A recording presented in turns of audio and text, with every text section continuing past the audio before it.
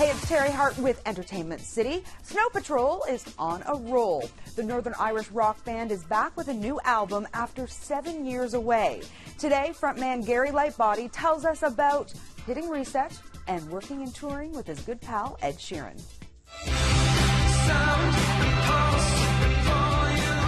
This record kind of came from a place where I just, it was going to be what it was, whatever anybody thought about it.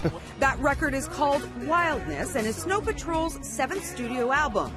It comes nearly a quarter century after the band formed, 12 years after their smash hit Chasing Cars. Would you ride with me and just forget the world? And 7 years after their previous album was released. Devo Brown caught up with frontman Gary Lightbody to talk about taking his time. There's that 7-year gap before this one comes out. Is it at the point now where you're making music for you, as opposed to, we got to do this for a label or for radio? If you take 7 years to make a record in these times when things move pretty fast, to quote Ferris Bueller, you're definitely making the record for yourself. That's for sure. That's not to say Lightbody was idle during those 7 years. He was busy writing hits and collaborating with other artists, including, frequently, Ed Sheeran.